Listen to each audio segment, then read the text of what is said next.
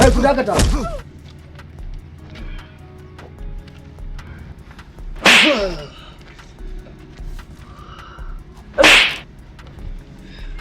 Na mai gidan naka ne. Jagwa sai ya kashe ka. Na fi karfin kashewan jagwa. Idan har ka sake ka bari ya kaji labarin nan, to sai kwananka ya ƙare. Amma kama da wanda jagwa ya kashe? Eh? Da kai yashi sai na ga bayan ku. Ƙarya kake, jagwa ya fi ƙarfinka. Ba zan kashe kai yanzu ba.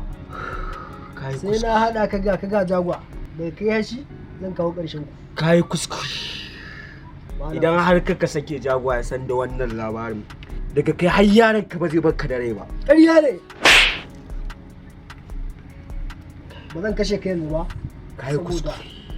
Ni sai ga kanka ga mutuwar mai gidanka. Sai yayi dunduwa gunduwa da naman jikinka. Kana ji na? Ka jira mai gidanka zan sa a kamo shi, a kawo min shi nan. Tukunna yanzu mai gidanka na ina dan na san duk inda yake ka sani. Ya fi ƙarfin ka neme shi, da kanki shi zai neme ka.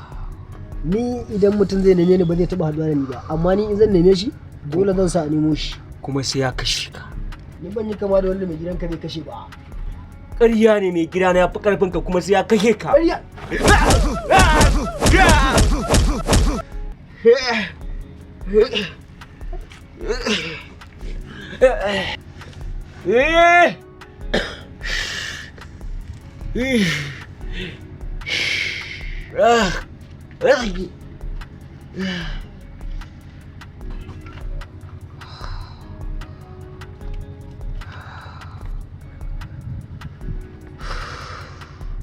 Rabu da shi, ka killace mun shi.